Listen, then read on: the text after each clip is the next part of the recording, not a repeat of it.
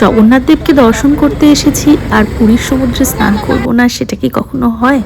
বিচে নামার আগে আমি প্রতিজ্ঞা করেছি 2 ঘন্টার আগে আমি জল থেকে উঠবো না। এই শুনে আমার বর তো ক্ষেপে লাল, না এতক্ষণ স্নান করা যাবে না, শরীর খারাপ হবে। কিন্তু আমি একা নই, আমার সাথে আমাদের দুটো বাচ্চাও আছে, মানে 2 বাবা, আমার বাবা আমার হাজব্যান্ডের বাবা, দুজনে আমরা 3 জনে আজকে মনের সুখে স্নান করব।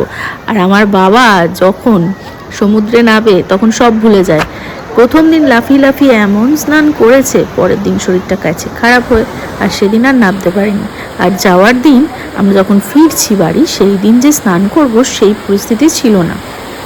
আমরা প্রচণ্ড মজা করেছি, আর কি কি করেছি সবটা কিন্তু দেখাবো তোমাদের বড় ব্লগে, মানে আমার ব্লগগুলো আসবে ইউটিউবে।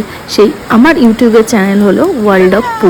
তোমরা অবশ্যই কিন্তু আমার চ্যানেলটা একটু ঘুরে এসো, কারণ আমি বড় বড় ব্লগগুলো ওখানেই দিই। আর এই যে ছোট ছোট ক্লিপগুলো, এইগুলো আমি ফেসবুকে আমার প্রোফাইলে শেয়ার করি। আলটিমেট জল থেকে আমি তো উঠে পড়েছি, ইচ্ছা করছিল না তবুও উঠে পড়েছি। আর এখানে দেখো মিস্টার সেন একটু জলে নেবে, মানে ভাবছে যে স্নানটা করবে কিনা।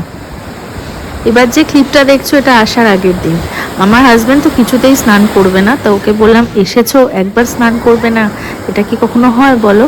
তখন ও একদিন স্নানে নেবেছিল, তখন আমি ভিডিও করেছিলাম, কারণ দুজনেই যখন নামছি তখন ভিডিও করাটা পসিবল হচ্ছিল না একসাথে।